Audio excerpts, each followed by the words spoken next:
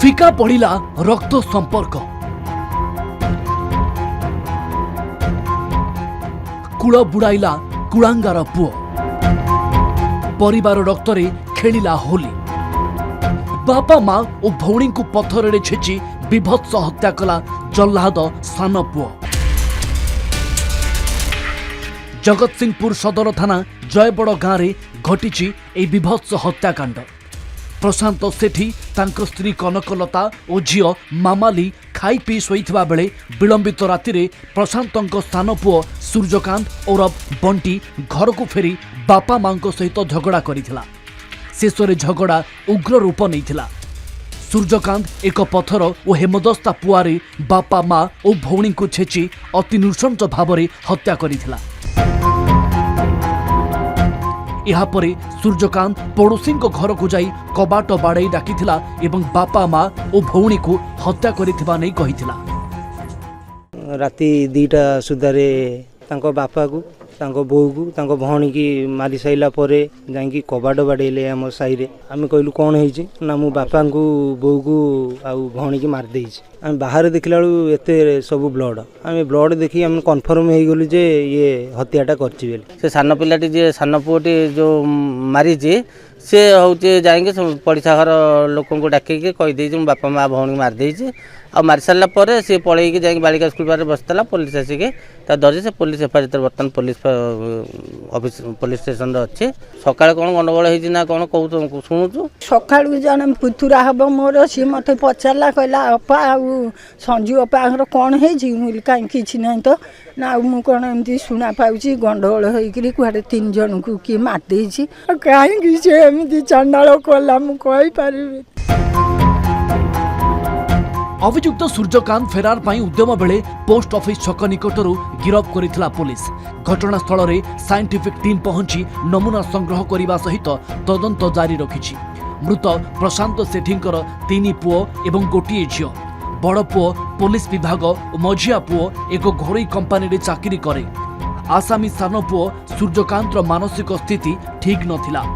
घरे जमी बाड़ी को रे विवाद थिला। मोबाइल ले पबजी निशारे पड़ी एभली कांड घटाइथिबा कुहा जाउछि। पुलिस 3 मृतदेह जबत करी व्यवच्छेद पई जगतसिंहपुर मुख्य चिकित्सालय को पठाइछि। विभिन्न दिगरु तदंत चलाइछि पुलिस।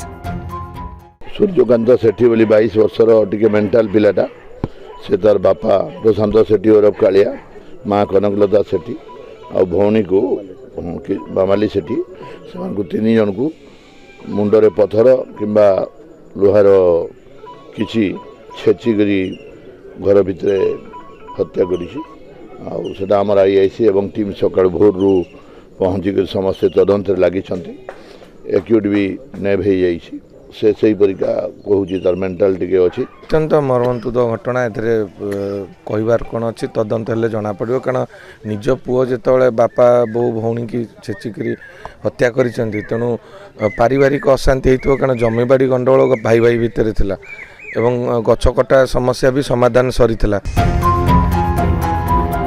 एपटे आउ जड़े जल्लाद पुओर लोमो टांकुरा विभत्स कांड बापार मुंड काटिदेला पुओ।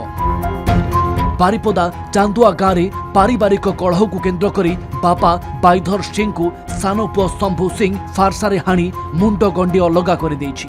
गतकाली राति खैनी पाई बापा को टंका मागिथिला शंभु मात्र बापा टंका न देबारु पुओ रागी जाई एभली कांड घटाइथिबा कहिछि। घरु एक बैग भितरु कटा मुंड को उद्धार करिछि पुलिस। प्राथमिक तदंतरु अभियुक्त शंभु मानसिक रोगग्रस्त बोली पुलिस जानिबाकु पाइछि। चांदुआ थाना पुलिस एक मामला रुजु करी तदंत जारी रखिछि। हठात राति तक मुंडा किस बहुत बाड़ेले ये टांगिया बाहर करके साढ़े मत घर बाहर करदे आगे तुम रोब ना मो घर बाहर सेमती कहले मुझे डरिकी बाहर की गली सेपटे गले मो शाशु जी से आगे पड़े गले से कका घर को से बापा थे हत्या कले खैन मागे खैन खाया पैसा मागी से बापा कहला चेंज पैसा ना मुझे देवी भी मेंटाली टिके से इम्बालांस थे पिला छुआ हो नाला आउ से घरे अशांति प्राय समय रोला से गतकाली राति पुओ से घटना को लेकिन रागिक आसिकी आसल्ट करी मुंड को आसल्ट करथिला। जगतसिंहपुर एवं बारिपदारे नृशंस पुअर नारकीय कांड चांचल्य सृष्टि करिछि। जगतसिंहपुर शुभंकर जेना और बारिपदारू सत्यजित सोम का रिपोर्ट, कलिंग टीवी।